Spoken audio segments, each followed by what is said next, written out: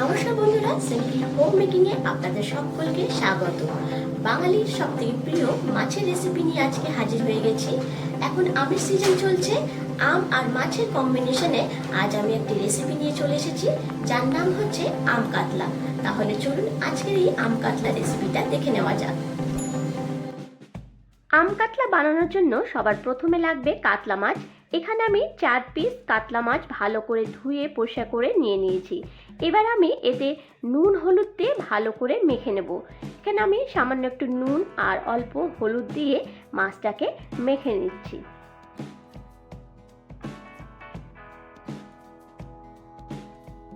মাছগুলো ভালো মতন মেখে নেওয়া হয়ে গেছে। এবার আমি এগুলোকে ভাজবো। ভাজার জন্য এখানে আমি একটা ফ্রাইং প্যান নিয়ে নিয়েছি। এতে বেশ কিছুটা পরিমাণ মতো তেল দিয়ে দিলাম। তেলটা একটু গরম হলে এবার আমি এর ভেতরে মাছগুলো দিয়ে দেব। তেলটা গরম হয়ে গেছে, এবার আমি একে একে মাছগুলো দিয়ে দেব। এখানে আমি মাছগুলোকে একটু কড়া করে ভেজে নেব। আপনারা আপনাদের প্রয়োজন মতন যেরকম মাছ ভাজেন সেই মতন মাছগুলোকে ভেজে নেবেন।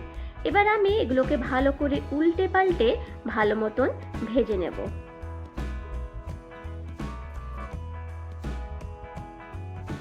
মাছগুলো ভালো মতন ভাজা হয়ে গেছে, এবার আমি তেল থেকে এগুলোকে একে একে তুলে নেব।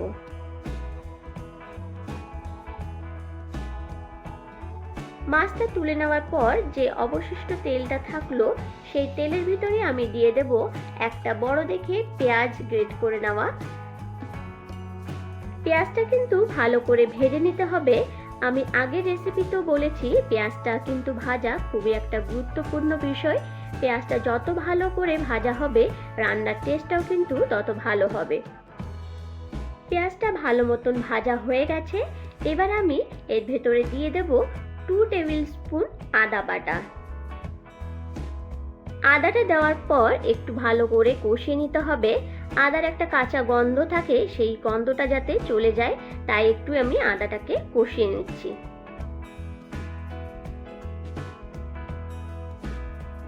আদাটা একটু কষিয়ে নেওয়া হয়ে গেছে, এবার আমি এর ভেতরে দিয়ে দিচ্ছি 2 টেবিল স্পুন সর্ষে বাটা। সর্ষে বাটাটা দিয়েও একটু কষিয়ে নিতে হবে যাতে সর্ষের কাঁচা গন্ধটা চলে যায়।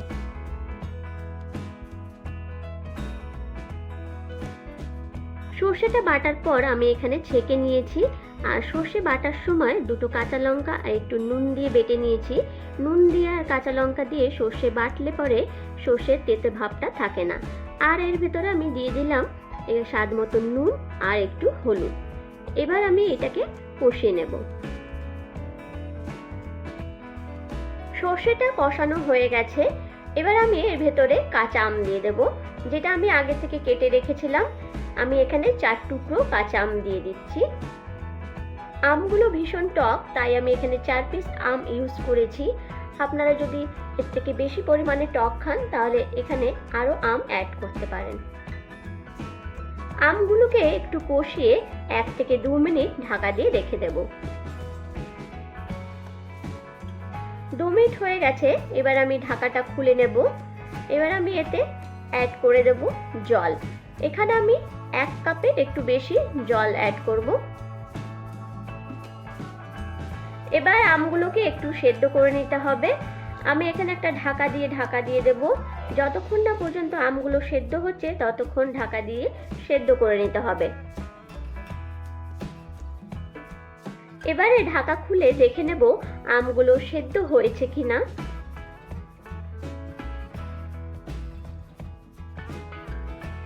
আমগুলো ভালো মতন সেদ্ধ হয়ে গেছে। এর ভেতরে এবার আমি দিয়ে দেব কাঁচা লঙ্কা আর আগে থেকে ভেজে রাখা মাছগুলো। আমার রেসিপিটা যদি আপনাদের ভালো লেগে থাকে তাহলে অবশ্যই একটা লাইক করে দেবেন। আর যারা এখনো পর্যন্ত আমার চ্যানেলটিকে সাবস্ক্রাইব করেননি তাদেরকে অনুরোধ রইল তারা আমার চ্যানেলটিকে অতি অবশ্যই সাবস্ক্রাইব করে দেবেন আর আমার পাশে থাকবেন। এবার একটু নেড়ে চেড়ে মাছটাকে ঢাকা দিয়ে দেব।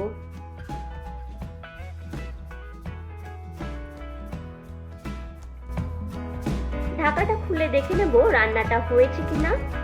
রান্নাটা আমার হয়ে গেছে। এখানে আমি একটু গাঢ় গাঢ় মাখো মাখো ঝোল রেখেছি। আপনারা যদি একটু পাতলা ঝোল খান তাহলে একটু আগে থেকেই নামিয়ে নেবেন। এবার আমি এটাকে সার্ভ করে নেব।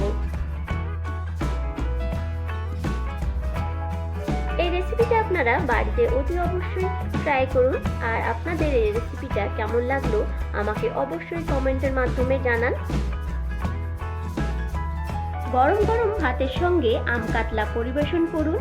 এটা গরম ভাতের সঙ্গে খেতে ভীষণ ভালো লাগে। আবারও আপনাদেরকে বলছি, এই রেসিপিটা একবার বাড়িতে ট্রাই করুন।